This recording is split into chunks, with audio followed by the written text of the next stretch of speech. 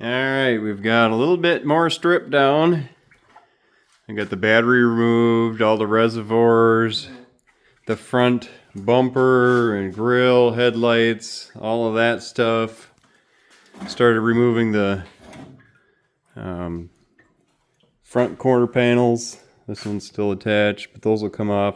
Those are in good shape too, guys, so if you need some of those, my email address is firewrenchgarage@gmail.com. I'll throw that in the description of the video. So if you need any of these parts, the bumper is still good.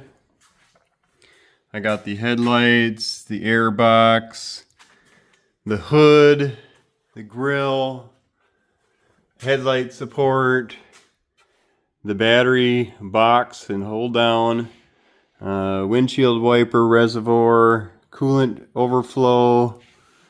All of those pieces are available. And then I will open up the truck here. You can take a look at these seats. They are like in brand new condition, front and back. The door panels are in good shape, nothing broke, not faded. A little dirty, but that's fine. Center console is starting to come apart on the rubber back here. So that's unless you want that. The dash, I am taking out the computer, the gauge cluster, all of that. Airbags, if anybody needs airbags, those are available too.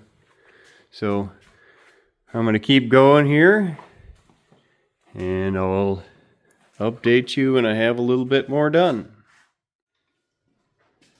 Alright, Phil here, another day at Fire Wrench Garage.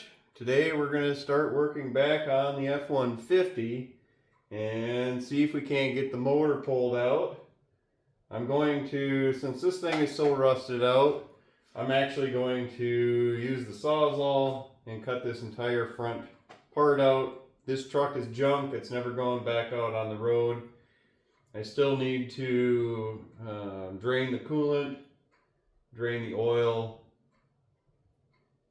and also disconnect some of the wiring yet. But we're going to go ahead and get started.